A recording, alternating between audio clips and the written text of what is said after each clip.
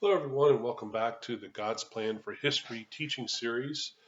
Today, I'm going to be talking about the church age and the prophetic passages in the Bible about the New Testament church. The bride of Christ is specifically what I'm talking about, what I'm referring to the church. And there's a few places in the New Testament where it gives, prophetic passages about the uh, flow of the church from Pentecost right on up to whenever the rapture happens. So I'm going to talk about seven churches that John wrote to, the Apostle John, and that was in Revelations chapter 2 and chapter 3, Revelation chapter 2, chapter 3, where he actually writes this letter, um, the revelation of Jesus Christ to these seven churches and gives them a message from Jesus. And that's the Apostle John writing from the island of Patmos, which is in the Aegean Sea. It's off the coast of modern day Turkey, which was then called Asia Minor. And these seven churches actually kind of form a loop where you start at Ephesus, go to Smyrna, then Pergamos, and you're going up to Thyatira, and then you're coming back down to Sardis, Philadelphia, and then Laodicea to wrap that up. So that's the basically the flow chronologically of the church and the condition of the church. And Christ has a message for the church, and it's actually a prophetic passage. So those messages from Christ through John to those churches, they actually were first century churches that John was writing to, but they also, like I said, represent symbolically or prophetically the actual spiritual flow of the church from Pentecost right on up to the rapture. Second place where you'll find prophecy is the order of the books that Paul wrote. So Paul, the Apostle Paul, wrote to seven churches also. So he wrote first to Rome, and then he wrote to the church at Corinth. Then he wrote to the churches of Galatia, and then to Ephesus, the church at Philippi, the church at Colossae, and then the church at Thessalonica. So he wrote to seven churches also. And what I found in my studies is I believe that the order of the books is important because it relates to a specific period of time and the information that was most important to the church at that time. So Romans would be what is most important to this early church and the major doctrines laid out in the book of Romans. And then we'll go on and we'll talk about the different time periods that these churches represent, and then what was the most important message that the church needed to hear at that time. So we'll start with the church of Ephesus. Now, each one of these cities has a meaning. Most people are familiar with Philadelphia, the city of brotherly love, because of our own city of Philadelphia. But actually, the first Philadelphia was in Asia Minor, modern day Turkey. But we're going to start with Ephesus, the first church there. And this church represents the apostolic church probably from 30 AD to about 100 AD. It's the church of the first century. And this is a church that Christ says, they lost their first love. So they're doctrinally correct. Um, they're fundamental in all their beliefs. They don't put up with false doctrine in this church. But Christ says he has something against them in that they've lost their first love. And so he has, a mixed message for them. And, this is a detrimental thing to this church that they've lost their first love. Now, what does that mean? They lost first love. Well, um, probably means that they started putting the work of the church ahead of the person of the church. So, the person of the church, the head, is Jesus Christ. And so it seems like their love for him and focus on him um, basically, waned or was less, and they had lost their focus on and their love for him, and instead were looking more towards the works that they were doing, and more focused on getting things right rather than um, making sure the relationship with Christ was right. So that's where we start, and you'll find that the gospel is a balance between holiness, God's holiness, and God's love. And that's where they actually come together at the cross God's holiness and God's love do. Where the vertical beam would represent God's holiness. But then God's love, that's what kept Christ up on that cross for all of us, is the horizontal beam there.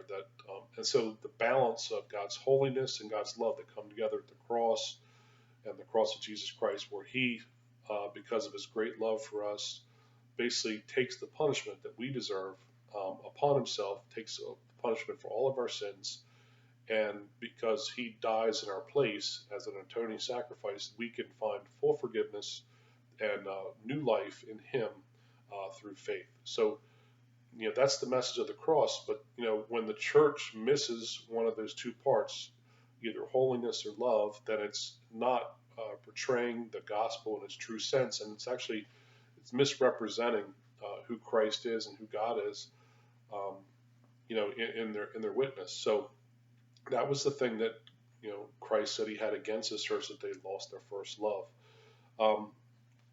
The word Ephesus means fully purposed. And so this was a church that, they were purposed to do the right thing. However, they were lacking this thing and losing their first love. Then the church moves to the Smyrna period. Now, Smyrna, actually the town that I grew up in, also it gets its name from this message to this church, the city of Smyrna in Asia Minor. The town I live in is actually Smyrna, Delaware, and Smyrna gets its name from this message in the Bible. So it used to be called Duck Creek Crossing, and then there was a pastor who came through the area in the 1700s and named Francis Asbury. He preached a message that so touched the people of Duck Creek Crossing and it was about the suffering church of Smyrna, and so they decided to change their name to Smyrna, the city name. And also, during this time, this is the time of the martyrs from about 100 AD to about 300 AD, where the church was suffering at the hands of Rome, and they were suffering really, really badly.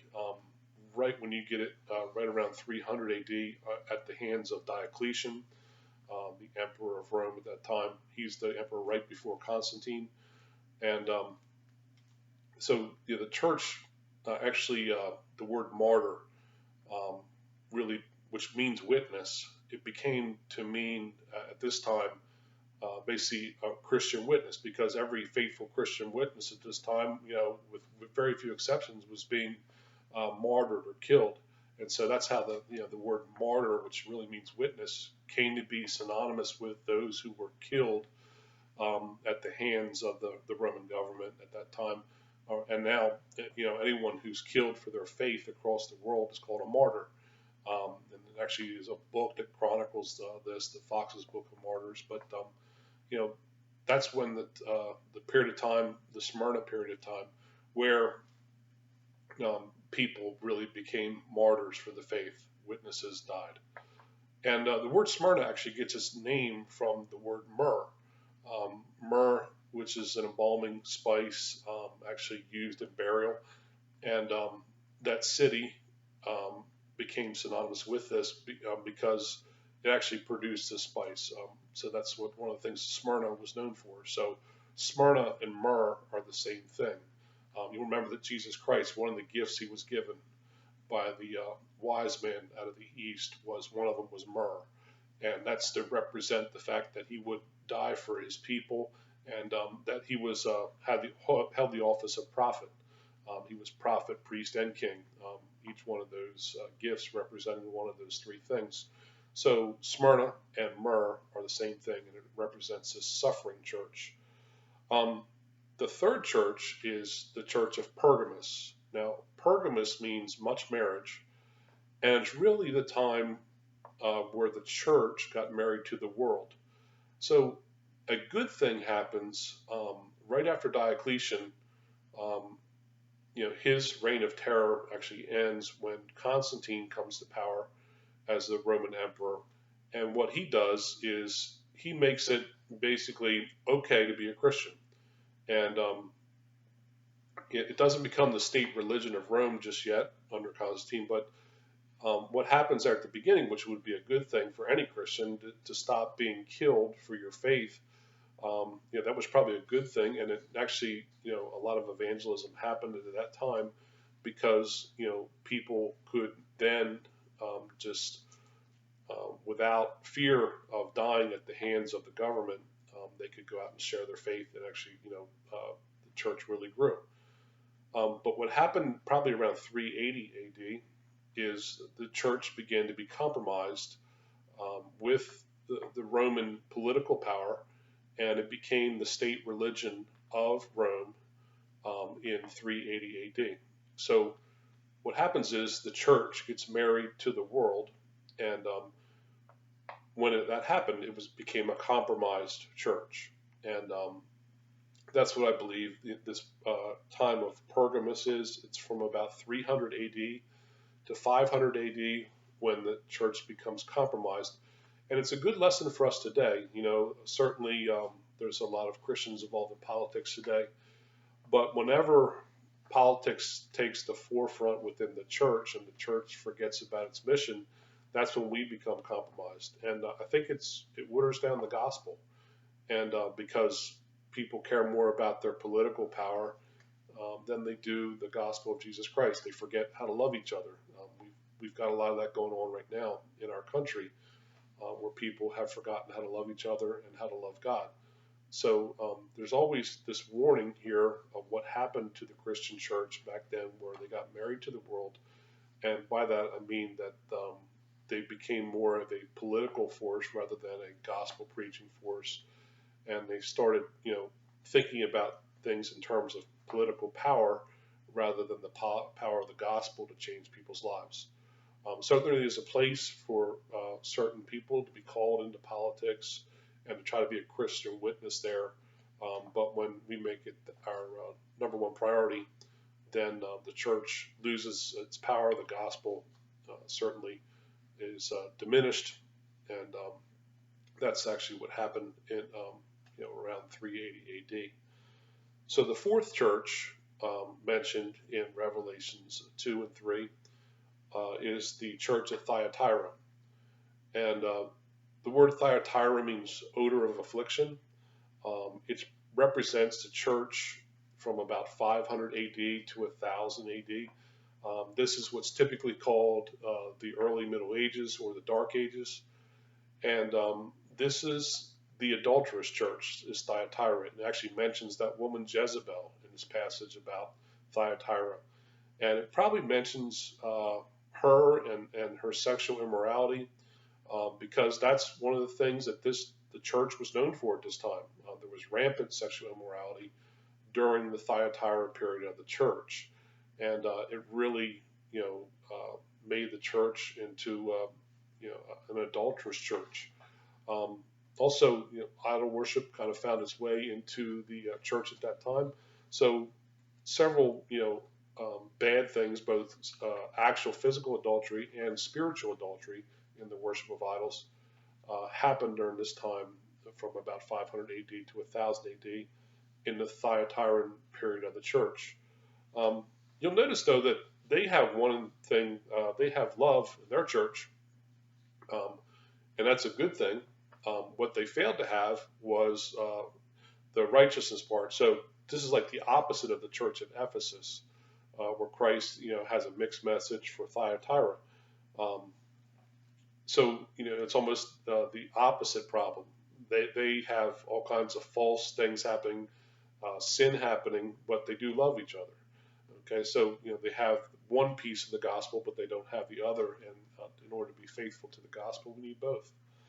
The next period of time would be the Sardis period of the church, probably about 1000 AD to 1500 AD. Some people, certainly if you hear other teachers talking about this, they'll move the years back and forth a little bit because it's basically the flow of the church. There's not really hard lines. It basically flows from one period to the other. But Sardis means red ones, and this is where the word sardine stone, which is like a ruby, red. So the red ones there, and this is the dead church. basically Christ says you're dead. And it's interesting to note that it's the fifth church. Remember, I said back in our talk about the symbolic use of numbers in the Bible. Number 5 is the number of death, and also the number of grace through the death of the Lord Jesus Christ. So um, it's very interesting that number 5 is the the number of death, and it's the fifth church here is the dead church. And you'll see that this really was the time where the church became, the oppressor. The church actually also they started killing each other. I mean, basically everybody thinks they're the right belief in here, but Christians killing Christians and persecuting Christians because of a disagreement. So the church at Sardis, is the dead church, and it's where the church spilled blood um, and lost their way. Now, and also when you think about it, it is almost inevitable that an adulterous church becomes a murderous church. You almost can think back to David when he committed his sin of adultery first with Bathsheba, and then after that, in order to cover up that sin, he basically arranged for the murder of her husband Uriah the Hittite, and a faithful man to David, but nevertheless, David arranged for his murder at the front lines. So, the sin of adultery led to the sin of murder, and that's kind of what happened to the church. The adulterous church became the murderous church of Sardis, and you can see all kinds of persecution at the hands of the church during this age. The next period, though, is the Philadelphian period of the church.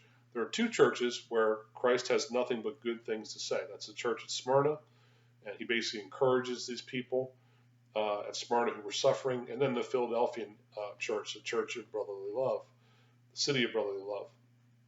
This is the great missionary church. This is the time from about 1500 AD to about 1900 AD where the church went out and evangelized all across the world, where Christ opened a door for them and they walked through every door he opened. This is the time of great missionaries like David Livingstone, Hudson Taylor, who went to China. So you have different people like that who, went out, preached the gospel all over the world, and the gospel spread.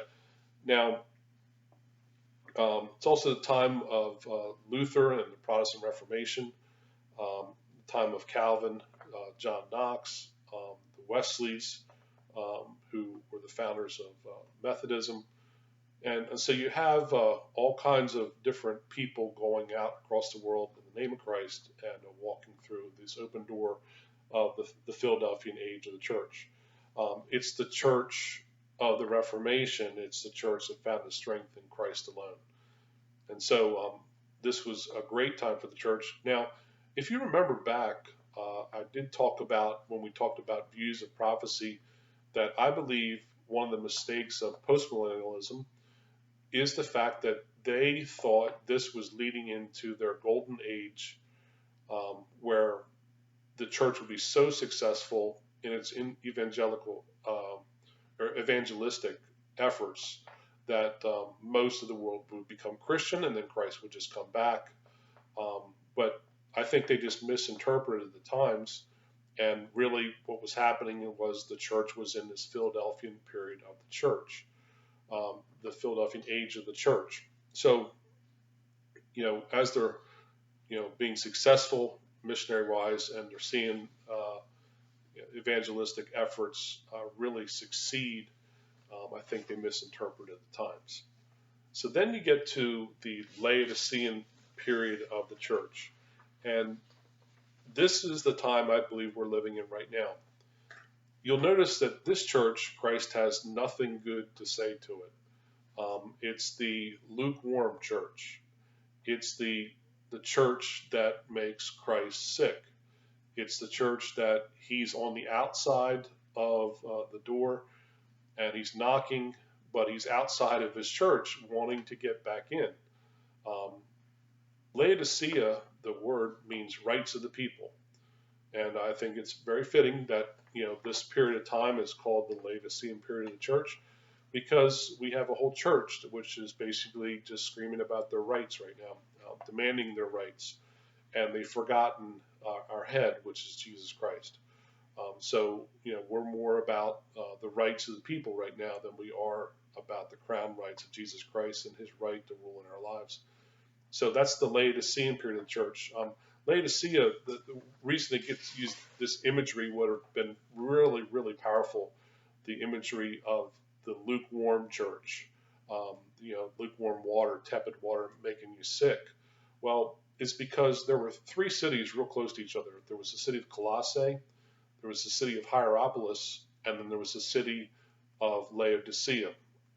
Hierapolis had hot springs there, so the water, had hot springs there. There was medicinal healing powers in that water, the hot springs there, and that's what Hierapolis was known for. Colossae had fresh, cold water there and refreshing water at Colossae. And then you have Laodicea, which didn't have their own water, and they kind of laid between the two. So by the time that the water from either place got to Laodicea, it was lukewarm. It wasn't hot and it wasn't cold. And so they would have known exactly what Christ was talking about when he said, "You're lukewarm." And they would have known what it was that, to make somebody sick, because the water would have just tasted terrible there. And they would have known exactly what Christ is talking about. Now, you'll see in there also that this church, loves money. And I really believe it represents what we've seen in this church and over the last century, is this health and wealth prosperity gospel, which is so permeated the teachings in the church, and it's a cancer that's spread throughout the church. And it basically kind of goes like this: if you have enough faith, you'll be healthy and wealthy. And the only reason you're not healthy and wealthy is because you lack faith. And that couldn't be further from the truth. They teach that faith is a force, and you activate that force by the words you speak, where you can almost create your own reality in their theology. However, that's not true. Faith is basically believing, trusting in the promises of God. God did not promise his Christian church financial riches. In fact, he really promised the opposite, that the world would be against us, that if it hated him, it will hate us if we're true believers.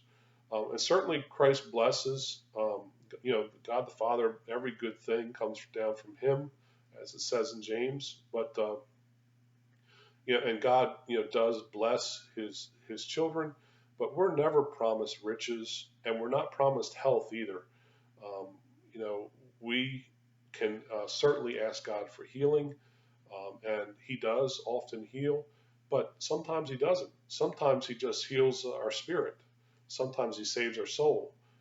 But you'll see that one of the common things that all humanity has is we all die from something.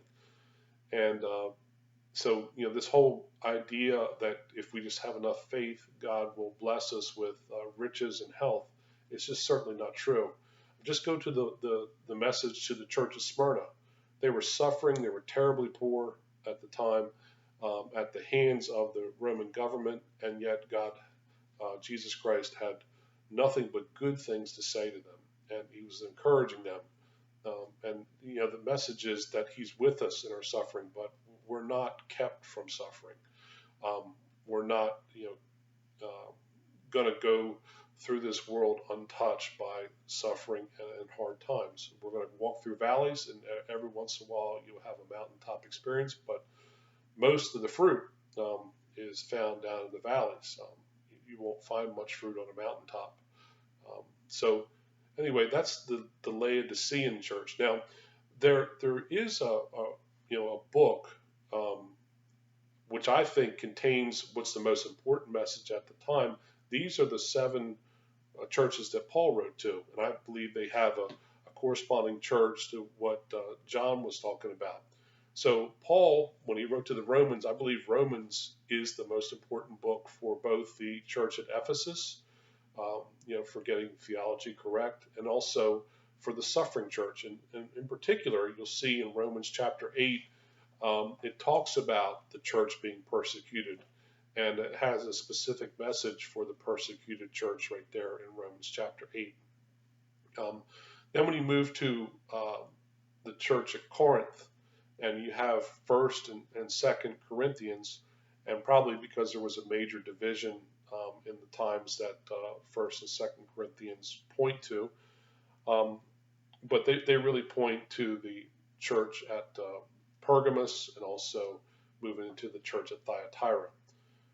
Um, then when you get to the next book, which is the Galatians, Galatians really probably is the most important book for the Thyatiran church and the adulterous church there, and also the church that kind of brought all these extra things into Christianity, which were more than, if you read just the book of Galatians, you'll see where people were adding things to the gospel, and that's not where we want to be. We want to just preach the simple gospel of salvation by faith, by grace alone, by faith alone. And so we don't need all these extra things, and that's what Galatians talks about. So basically asking the question, who told you this? Who helped you to pervert the gospel? That's the question in Galatians. So Galatians basically is the most important book for the church at Thyatira. Then you move to the church at Sardis, the dead church, and I really believe that the book of Ephesians, the letter to the church at Ephesus, was the most important book for them, where it talks about salvation by grace through faith. So, and it's an important message for the church there. Then you'll move to the church, the message to the church at Philippi, the letter to the Philippians. And that, of course, lines up with the Philadelphian church. You can see the Philo prefix, brotherly love prefix in both cities there, Philippi and also Philadelphia. And then you move into something very interesting. The next letter after the letter to the Philippians is the letter to the Colossians. And Colossians, I believe, is the most important book for us right now. And actually, it tells the Colossians to read this in the church of Laodicea. So I think it really says that this is the most important book for the Laodicean church, the book of Colossians. Well, what the book of Colossians does is it elevates, it lifts up, it exalts Jesus Christ. That's what the main part of the book is about. The main part of this letter, the letter to the Colossians, is about the greatness of the Lord Jesus Christ. In all the ways we today diminish him, people use his name in vain all the time, and they make him almost to be nothing more than a good teacher or a wise man. But he was God in the flesh. He was the great I am of the Bible, and he's the creator of all things. He's the sustainer of all things. All things consist in him. All things find their purpose in him. So Colossians lifts him up, where the Laodicean church basically tries to kick Jesus out of his own church, and they become lukewarm and they love money and power more than they love God and people. So that's the message: is exalt Jesus Christ. That's what the Laodicean church was not doing and is not doing. And that's the message to us today, is we need to exalt him. And so I think the book of Colossians, and now as we're moving to the end of the church age, the other book that would be really important is First Thessalonians, which leads us right into the rapture of the church. So I think those two books, if we want to look for, hey, what's the most important message we need right now as a church, living in the 21st century, we need the letters to the Colossians, and we need a letter to the first letter to the Thessalonians. Just as a side note, Second Thessalonians is more written towards Gentile believers in the first part of the tribulation. So these would be people that were not believers at the rapture, and now they find themselves in the tribulation period. And I believe Second Thessalonians is written to them specifically to help them, and that will be an important message, that we'll talk about the next couple of weeks here, about the first part of the tribulation, the beginning of sorrows. So as we're finishing up today, I just wanted to mention one other thing.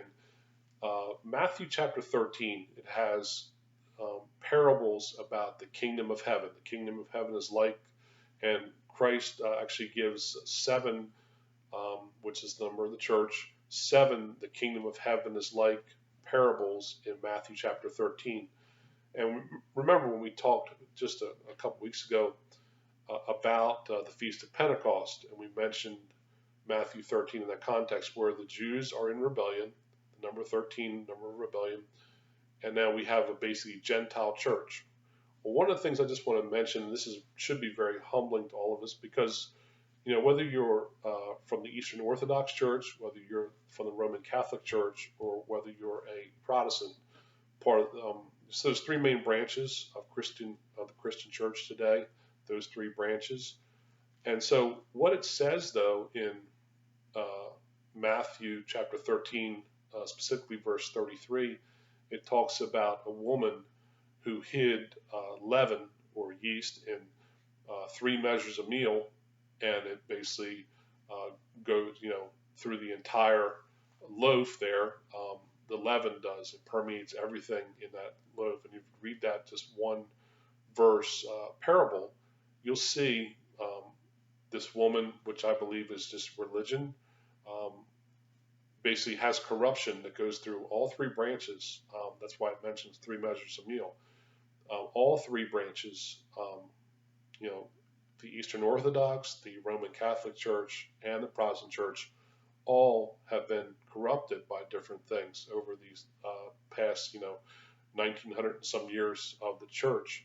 So it should be humbling to all of us. We have divisions in the church, which the Bible speaks against. We have false doctrine in the church, and I think that the thing the church really needs to do today is to repent, and we look at ourselves and we try to exalt Jesus Christ and give him glory, the glory and the praise and the honor that he deserves, and just be in awe of his holiness, be in awe of his love. So I hope today's message about the church age was helpful for you, and I look forward to talking to you next week when we talk about the 3 parts of the resurrection. Thank you.